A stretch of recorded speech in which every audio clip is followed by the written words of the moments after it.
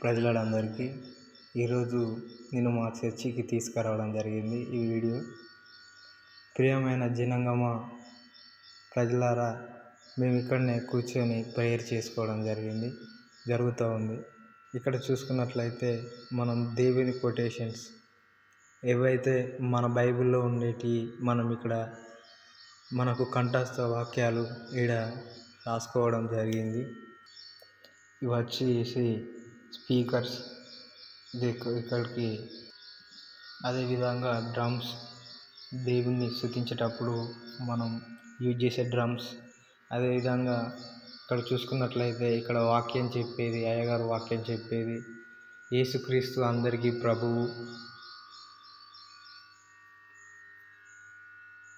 ఆయనను ఆత్మతోనూ సత్యముతోనూ ఆరాధించవలెను. Jesus is our lord and saviour. ఇది మాది చిన్న గుంటూరుపల్లి సంఘం చర్చ్, ములుగు డిస్టిక్. యేసుక్రీస్తు అందరికీ ప్రభు. ప్రజలరా, ఆయన ఒక్కరికని కాదు, అందరికీ ఆయన దేవుడు అయి ఉన్నాడు. Jesus is our lord and saviour. ఇక్కడ కూర్చొని మేము ఆరాధన చేస్తాం.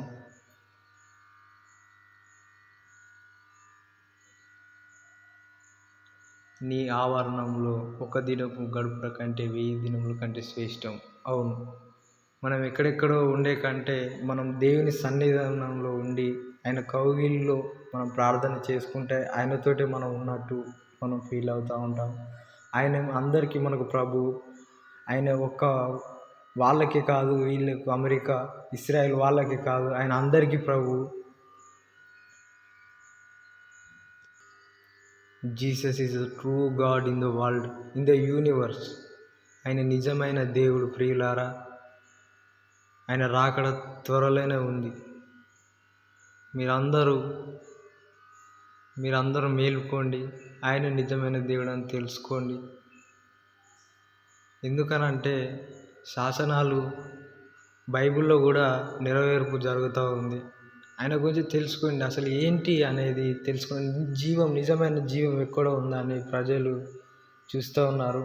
నిజమైన జీవం యేసుక్రీస్తులే ఉంది అని ఎవరైతే తెలుసుకుంటారో వారు నిత్యత్వానికి వెళ్తూ ఉంటారు.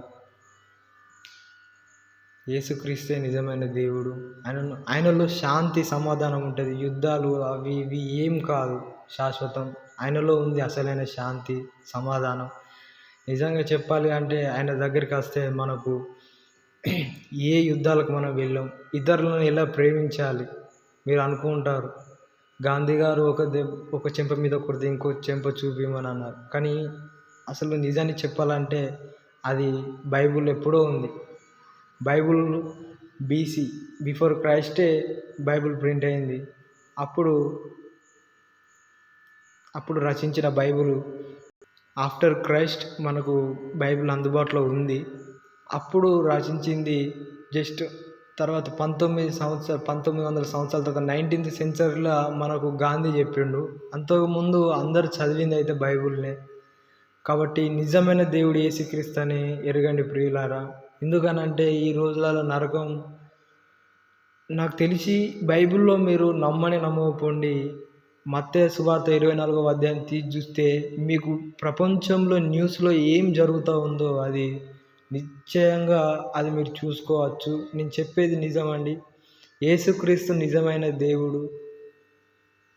Thank you all. మీరందరూ ఇలానే సపోర్ట్ చేయాలి. అదేవిధంగా మీరు సపోర్ట్ చేసినా చేయకపోయినా ఒకటి మాత్రం తెలుసుకోండి, యేసుక్రీస్తు మాత్రం నిజమైన దేవుడు. ఆయన మీరు ఒక్కసారి తలుచుకుంటే ఆయన మీ ముందు ఉంటాడు. మీ కోరికలను ఆయన సిద్ధింపు చేస్తాడు. ప్రజలారా, మీరు అందరూ తెలుసుకోండి, యేసుక్రీస్తే నిజమైన దేవుడు. ఆయనలో సమాధానం, శాంతి. ఇది మా చర్చ్. యేసుక్రీస్తు అందరికీ ప్రభు. Jesus is the lord. అవును.